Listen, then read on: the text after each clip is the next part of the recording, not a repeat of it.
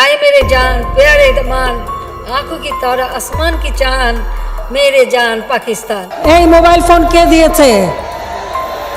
আওয়ামী লীগ সরকার ক্ষমতা আসার পর।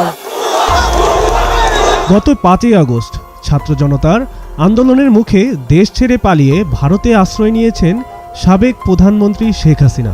এখন তিনি সেখানে অবস্থান করছেন। কাঁঠালে কাবাব করি, মাংসের পরিবর্তে কাঁঠালটা দিয়ে আমরা ওই স্বামী কাবাব বানানো।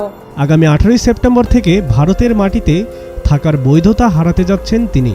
একই সঙ্গে তাকে ফেরত পাঠাতে ঢাকা থেকেও দাবি তোলা হচ্ছে। গণ অভ্যুত্থানের পর নতুন সরকারের সঙ্গে সম্পর্ক উন্নয়নে একটা চ্যালেঞ্জ রয়েছে ভারত সরকারের সামনে। তাই হাসিনাকে নিয়ে ভারতের প্রধানমন্ত্রী নরেন্দ্র মোদী সরকার একরকম বেকায়দায় পড়েছে।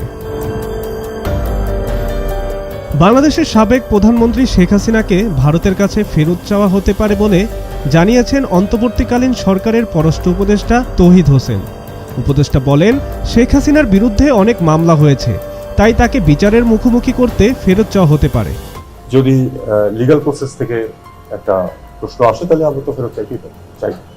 পররাষ্ট্র উপদেষ্টা আরও বলেন, প্রশ্ন আসে যে অনেক মামলা হয়েছে, এ নিয়ে উত্তর দেওয়ার উপযুক্ত ব্যক্তি নন তিনি।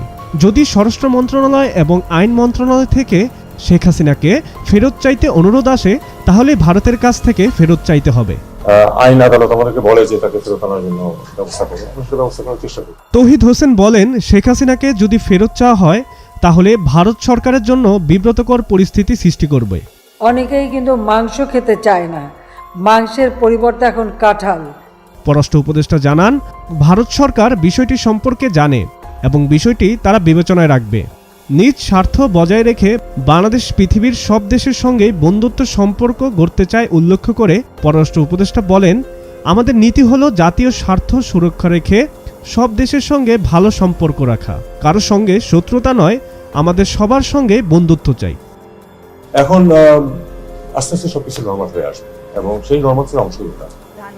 প্রসঙ্গত, গত 5ই আগস্ট আন্দোলনের মুখে প্রধানমন্ত্রী শেখ হাসিনা পদত্যাগ করে ভারত চলে যান। এরপর থেকে শেখ হাসিনা ও সাবেক আওয়ামী লীগ সরকারের বিভিন্ন মন্ত্রী ও সংসদ সদস্যের বিরুদ্ধে বহু মামলা হয়েছে, এর মধ্যে হত্যা মামলাও রয়েছে। ভারতীয় অন্য এক গণমাধ্যমের সঙ্গে কথা বলেছেন বিএনপি মহাসচিব মির্জা ফখরুল ইসলাম আলমগীর। তিনি বলেছেন, প্রফেসর ডক্টর মোহাম্মদ ইউনূসের নেতৃত্বাধীন অন্তর্বর্তী সরকারের দায়িত্ব শেখ হাসিনাকে দেশে ফেরত পাঠাতে ভারতকে বলা। মির্জা ফখরুল প্রকাশ্যে শেখ হাসিনাকে ফেরত পাঠানোর দাবি জানান। ভারতের কাছে যে আপনারা তাকে আইনানুগভাবে আইনের কাছে বাংলাদেশের সরকারের কাছে। ভারতীয় গণমাধ্যম সূত্রগুলো বলছে তারা বিষয়টি বোঝে, তবে শেখ হাসিনাকে এই মুহূর্তে ফেরত পাঠানোর বিষয়ে মতামত ইতিবাচক নয়। কিছু বিশেষজ্ঞ বিশ্বাস করেন ভারতের জন্য সবচেয়ে ভালো সমাধান হলো শেখ হাসিনা স্বেচ্ছায় অন্য কোনো দেশে চলে যাওয়া, কিন্তু অদূর ভবিষ্যতে তা সম্ভব বলে মনে হচ্ছে না। এদিকে ভারত ও বাংলাদেশের মধ্যে প্রত্যর্পণযোগ্য অপরাধ মামলায় অভিযুক্ত বা ফেরার আসামি ও বন্দীদের একে অপরের কাছে হস্তান্তরের জন্য একটি চুক্তি আছে সেই 2013 সাল থেকেই। এখন প্রশ্ন হলো, বাংলাদেশ সরকার ভারতের কাছে শেখ হাসিনাকে ফেরত আনার দাবিতে সেক্ষেত্রে প্রত্যর্পণযোগ্য অপরাধের মামলায় অভিযুক্ত যে চুক্তি বাংলাদেশের সাথে হয়েছে, ভারত সরকারের অবস্থান কি হবে তাই এখন দেখার বিষয়। তাকে আবার পদ্মা নদীতে দিয়ে 2টা চুবনি দিয়ে উঠাই নেওয়া উচিত। সাব্বির হাসান, মাছরাঙ্গা টেলিভিশন।